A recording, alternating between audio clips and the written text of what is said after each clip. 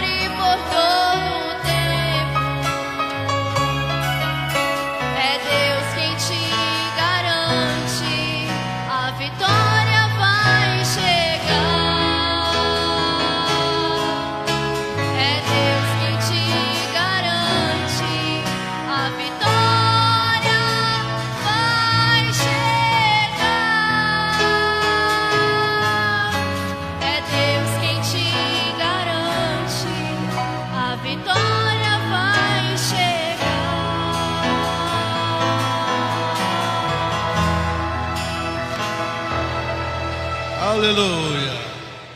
Disse-lhes Pedro: arrependei-vos e cada um de vós seja batizado em nome de Jesus Cristo para perdão dos pecados e recebereis o dom do Espírito Santo. Ouvintes amados, coisa boa é nós associarmos as Escrituras à história. A história, as Escrituras, e isto com a revelação do Espírito Santo. É muito fácil associar as Escrituras com a história e a interpretação.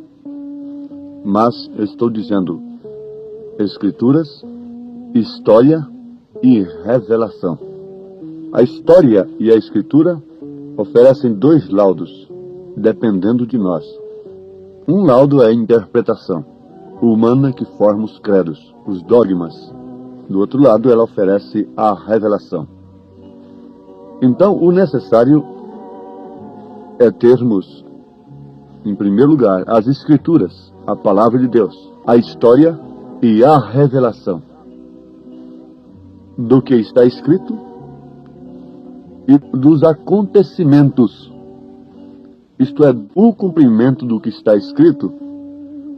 O cumprimento das Escrituras é que forma a história. Mas, como sempre, o homem natural não passa de um simples intérprete natural. Ele nunca percebe o que Deus faz no presente, mas sempre no passado e no futuro. Então, urge que tenhamos a revelação, e, acima de tudo, sejamos espirituais. Tenhamos o Espírito Santo. Por exemplo, nas Escrituras, o batismo em nome do Pai, do Filho e do Espírito Santo, ordem expressa de Jesus Cristo, em Mateus, capítulo 28, versículo 19, é obedecido pelos apóstolos, em Atos 2, 38, e demais referências como Atos capítulo 8, Atos dos Apóstolos capítulo 10, Atos dos Apóstolos capítulo 19, Atos dos Apóstolos capítulo 22. Então, Mateus 28, 19 é obedecido pelos apóstolos. De que maneira? Usando o nome do Pai, e do Filho e do Espírito Santo. Este nome, conforme nós temos escrito na carta aos Hebreus, é manifestado pelo próprio Jesus Cristo. Ele manifesta o nome do Pai, e do Filho e do Espírito Santo. Isto é profundo. Notemos, aos Hebreus capítulo 2, versículo 12, dizendo: anunciarei o teu nome a meus irmãos, cantar-te-ei louvores no meio da congregação. Anunciarei o teu nome a meus irmãos. Em São João capítulo 17, o último versículo, Jesus diz: eu lhes fiz conhecer o teu nome. No versículo 6 do mesmo capítulo de São João 17, ele diz: manifestei o teu nome aos homens. Portanto, os apóstolos não erraram. Alguém pergunta: a quem devemos obedecer? Aos apóstolos ou a Jesus Cristo? Em Mateus capítulo 28, 19. Eu pergunto como resposta: será que São Mateus, então, concordou com a desobediência de Pedro? Porque eles perguntaram aos apóstolos: que faremos, varões e irmãos? E Mateus concordou com a resposta de Pedro. Porque o nome do Pai, do Filho e do Espírito Santo deveria ser usado. E a igreja tem que estar edificada sobre o fundamento dos apóstolos e dos profetas, que é a revelação. A igreja que está edificada sobre a revelação, as portas do inferno não prevalecerão contra ela. Muito bem. As Escrituras mostram assim. E a história? A história não pode falhar. A história mostra a perversão da verdade e mostra também o cumprimento da verdade. A perversão desta verdade do batismo em nome de nosso Senhor Jesus Cristo, a história conta que foi no Concílio de Nicéia, 325 anos depois de Cristo. E a mesma história tem um documento publicado na revista Time, exemplar de 5 de dezembro de 1965. Buscar a revista Time, 5 de dezembro de 1965.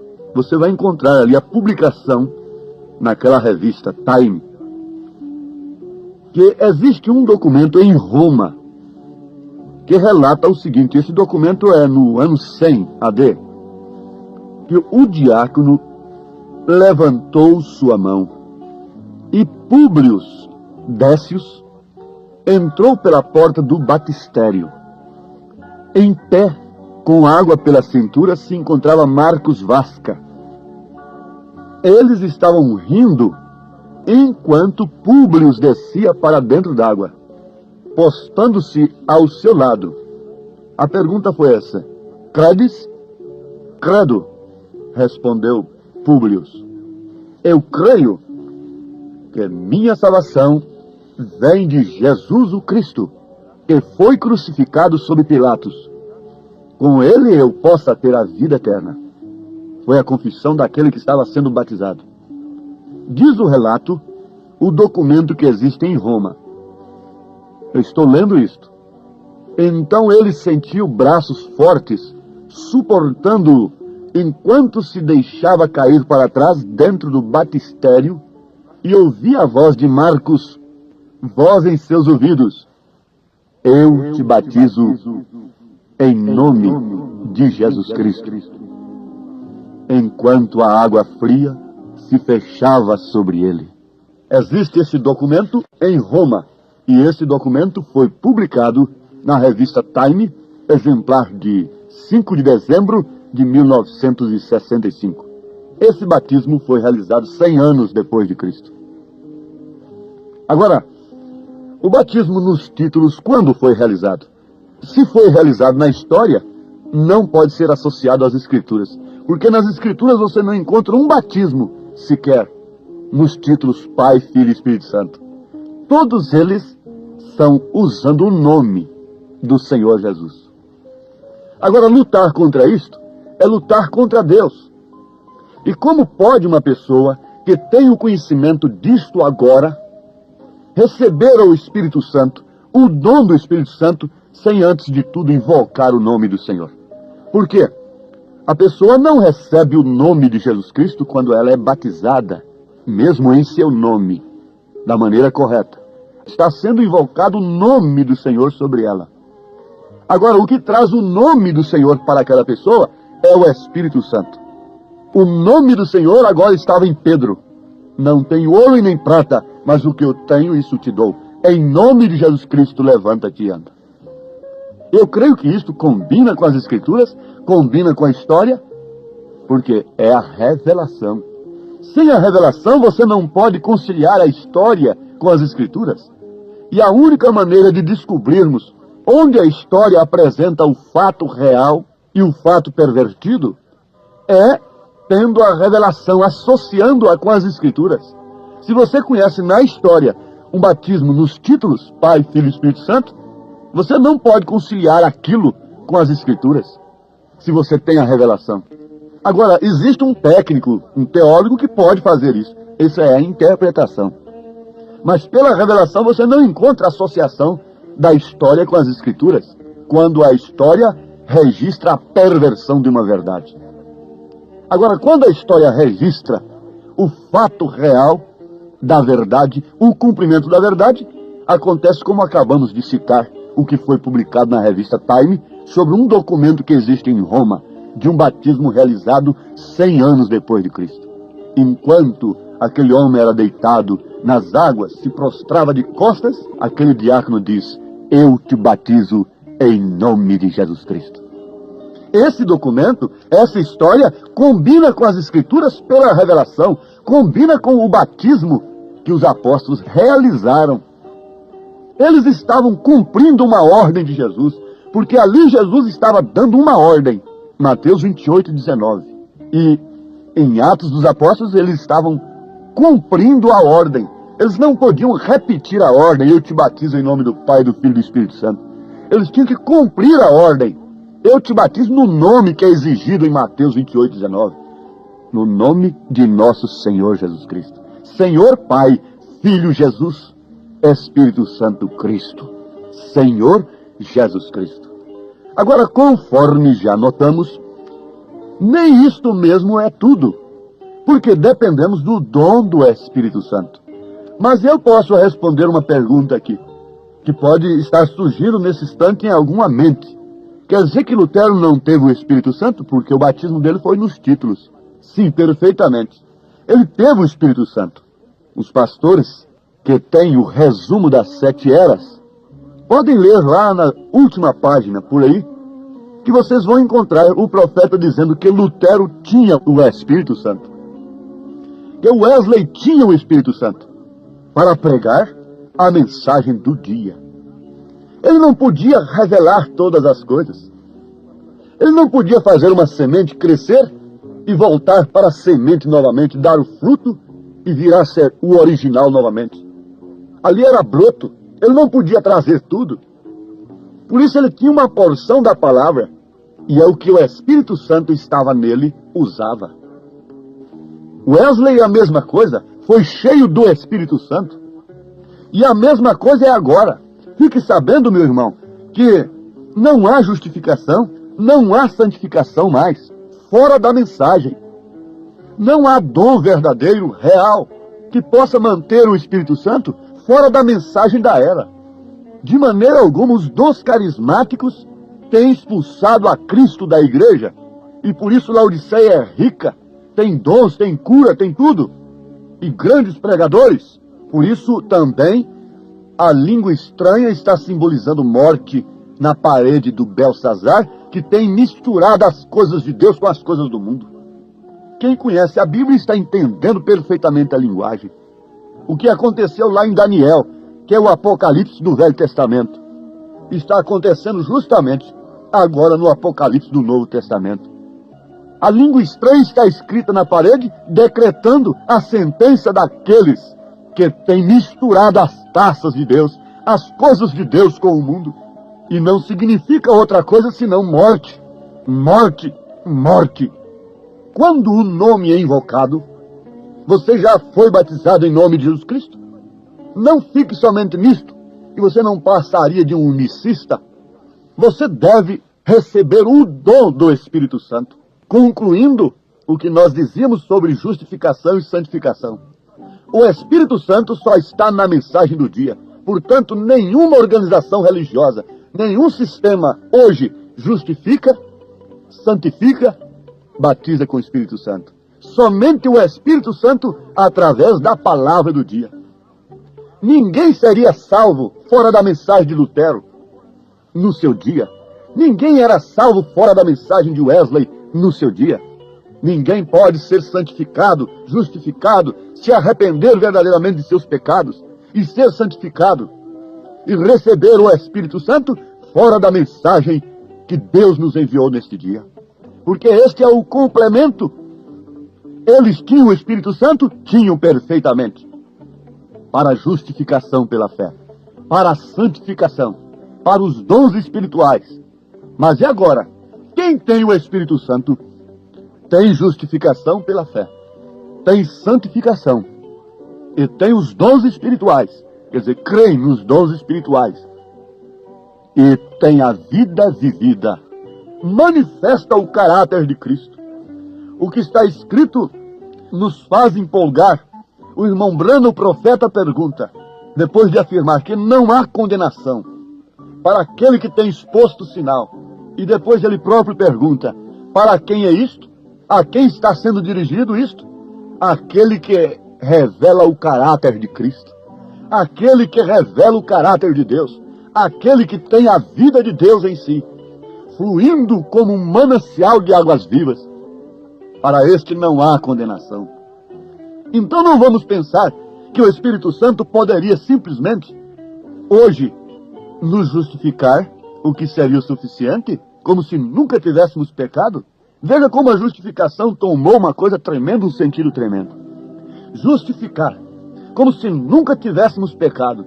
A nossa alma fica branca como a neve.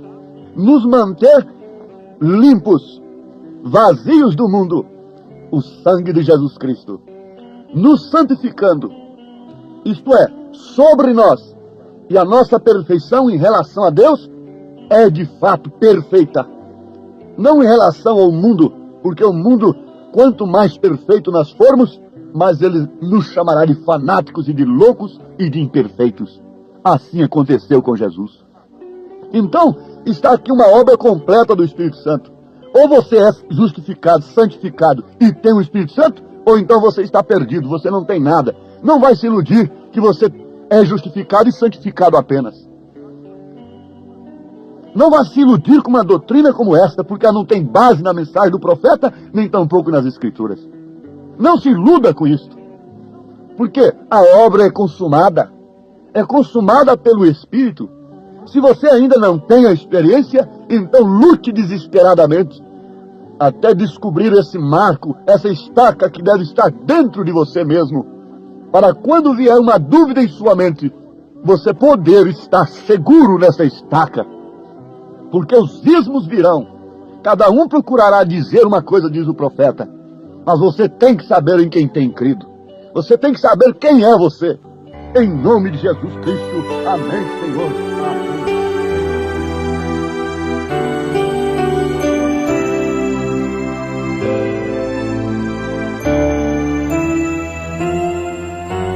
Não é Jeová o nome dele. Ele é o bom Emanuel, o Senhor da glória, é Pai da eternidade. Ele é o príncipe da paz. Principado está sobre os seus ombros. Deus forte conselheiro ele é, o Alfa e o Ômega, princípio e o fim, são os atributos de Deus. Senhor Jesus Cristo, esse é o nome de Deus. Senhor Jesus Cristo, esse é o nome que você precisa ter. Senhor Jesus Cristo, esse é o nome de Deus. Senhor Jesus Cristo, esse é o nome que você precisa ter.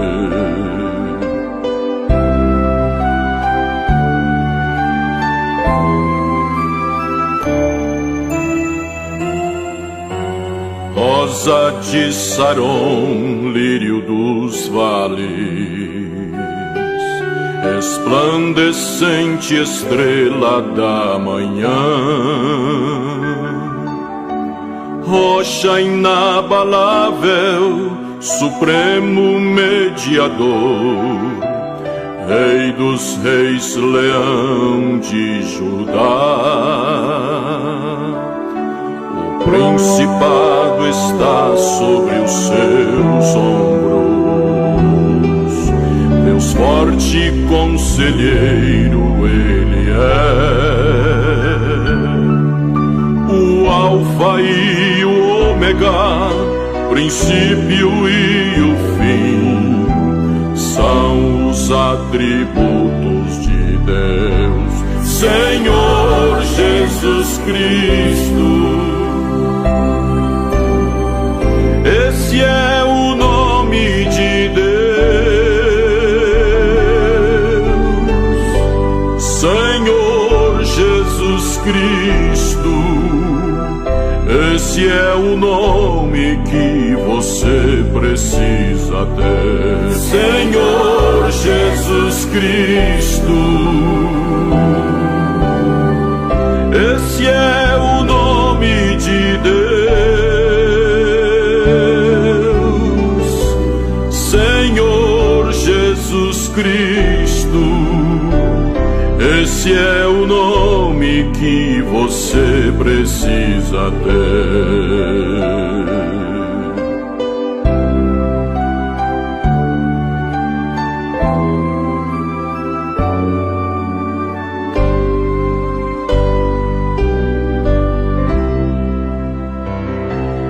Esse é o nome que você precisa.